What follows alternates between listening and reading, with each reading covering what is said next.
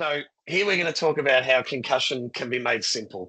I'm sure has said nobody, but that's our objective tonight. Um, okay, so why is concussion a safeguarding responsibility? I put this right up front because I know in dealing with other clubs and leagues, the question comes from some CSOs. This is not child safety. This is something different. And um, in professional sport, there's no doubt concussion management and safety responsibilities, risk management, they sit in two completely different functions or parts of an organisation. In local sport, it doesn't, right? So if we're lucky enough to have a CSO, question I would ask you, do you have a CO? Do you have a concussion officer? And if you do, fantastic. Well, then maybe that's more managed by that person. But until all clubs have a concussion officer and a CSO or a child safety officer, believe me, these are two functions that are ultimately responsible for through the one party. And I just thought I'd show one slide, right? So I'm sure most CSOs and anybody on the call is aware of the 11 child safe standards through the Victorian child safe standards. Standard number 2, and I just put this out here because I think this really actually shows why this is a relevant point for what we're trying to do. And 2.2, a child safe culture is championed and modelled at all levels of the organisation from the top and the top down, bottom up. Governance arrangements facilitate implementation of the child safety and wellbeing policy at all levels. A code of conduct provides guidelines for staff and volunteers on expected behaviour standards and their responsibilities. And risk management strategies focus on preventing, identifying and mitigating risks to children and young people. And then last, staff and volunteers understand their obligations on information sharing and record keeping. There's lots of words in there that make a point that I'm going to cover in more detail over the next slides, but I just thought I'd call that out there for anybody who might be wondering, is this a CSO thing? Is this a safety thing? Also published last year by both the Australian Institute of Sport and the AFL. Other codes have different standards of concussion management. SBA, BV, BA, they've all got concussion policies. Nothing that I've seen yet as sufficient as the AFL and the AIS's guidelines on managing concussion in community sport. And we'll go into a bit of this in detail, but the real high takeaway is recognise, remove and refer.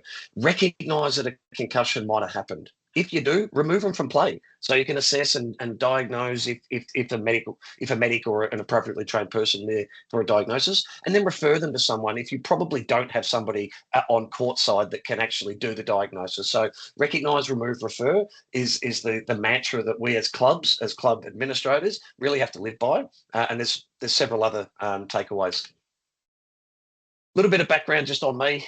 You might, for anyone here, you might know me from the CSO calls, what we've been doing with SBA from a purely a child safety standard perspective.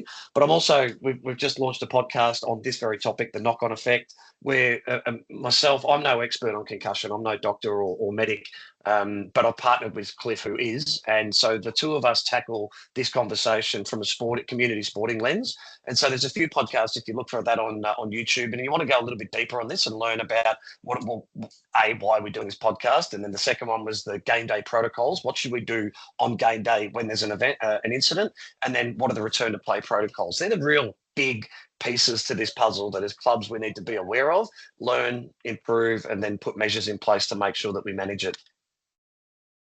So these are just a few slides, and I'll run through them quickly. I'm happy to go one-on-one with anybody that wants to go deeper on this. I'm also mindful that that some may not. So these are some slides from the presentation, from the videos that we did in that podcast, but they're really relevant high-level points. And so why concussion and why now?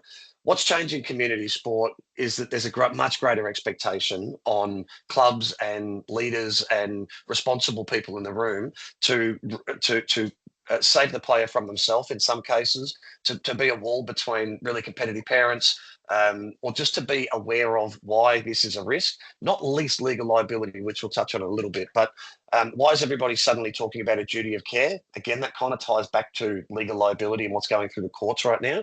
And what's the risk of doing nothing? We go into a lot of detail about that. And there's a lot of clubs that just still choose to put their head in the sand.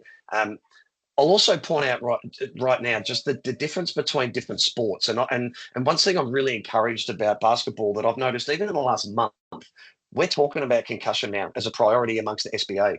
Other leagues are talking about concussion. Only a year ago, I was getting told more often than not that, well, we're a non-contact sport, so concussion really doesn't impact us. And I've noticed that change dramatically over the last 6 to 12 months. So much so that we're here now because concussion, and I'm not going to get into the science and the detail about it now, but it ain't about you hitting your head on something hard and that's causing the concussion. It can be whiplash. It can be fast jolts. It could be that you cop an elbow or an arm, a swinging arm in a gameplay. Netball and basketball are equally subject to concussion risks as any other sport.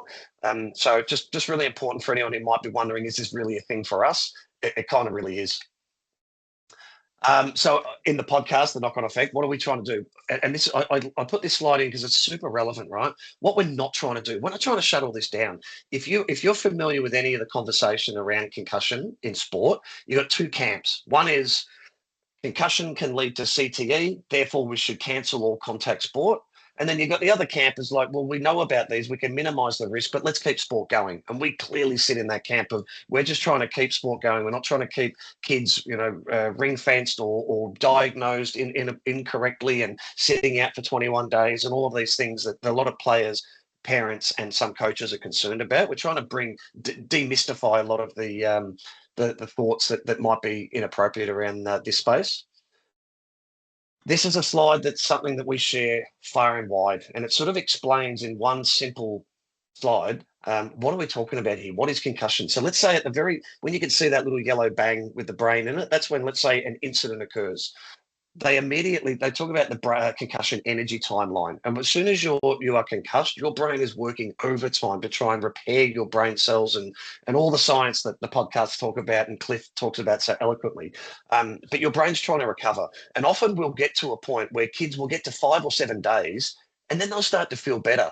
And that's the biggest risk that you have of having a second impact and deteriorating your symptoms and your return to play protocols. And there's all sorts of risks that go later into life, but I'm not going to talk about them because I'm not the expert. But there are serious issues of ignoring the risks of concussion, and they're cumulative. And this sort of slide here is designed to show you if we get to that 10 to 14 day mark, when a lot of players are feeling good again, and you get a second concussion, that's when it starts to impact worse and worse and worse. And you can see it's sort of a deteriorating thing. And the idea that most of the science that's out there says we're saying 21 days by the AIS and the AFL guidelines. It's actually 21 to 30 days post symptoms.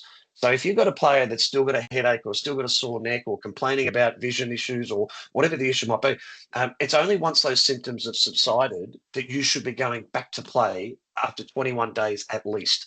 So this sort of graph here might be worthwhile sharing amongst others. Also, the AFL and Play HQ this year, very late this year, have released concussion management guidelines and incident reporting features, so that if a player in the AFL world, and I'm not sure yet, I haven't been able to confirm if this is already functional in basketball. I assume if it isn't, it will be very soon. But so if you're aware that a player's got a concussion, like you would if they were reported and suspended in a tribunal setting, they would be removed automatically from the team sheet. Well, the same thing will apply for concussion. If a team manager lists Play HQ that a player has been potentially concussed, they are automatically removed from the Play HQ, and only once they provide a medical clearance to return to play can they be allowed back on the team sheet and to carry on their basketball. So these are just some of the reasons that this is something that we have to take seriously. We've mapped out also, what does it mean, right? So there's protocols. You've got the guidelines, you've got best practices, you've got sideline assessments, you've got baseline testing. There's all these elements to how do we manage concussion if we wanted to do it really, really well. And this document here sort of maps out the different stages of, you can do baseline testing, but you must recognize that an incident occurred. Then you can do a concussion assessment. If in doubt, sit them out. Then you create an incident report, because the club now, that the fear of being sued is a reality, not just a possibility. Clubs need to document that they've handled this the right way. And so there's a lot of steps here. I can go into more detail on this at a later stage or one-on-one if anybody's keen, but there is a real clear set of guidelines and protocols that we should follow. And then This is the AFL's document, but there are stages of graded return to play. So it's not just guessing that, well, we'll just wait 21 days and hope they're okay. There's actually a real process to this. And you can see up here, there's stage one is relative rest, stage two is recovery, stage three is a graded loading program. So where you can start to do more, and then you get cleared to play after you've got a medical clearance. And there's really clear metrics in this. And so just highlighting this if you're not aware of it already, because it should formulate how you as a club want to manage concussion and the incidents as a result. And so uh, us safeguarding you, that's what we do. So everybody here, I'm assuming, is already using us. So you should already know the beauty here. You've already got the tool in your hands to be able to help address this at club level.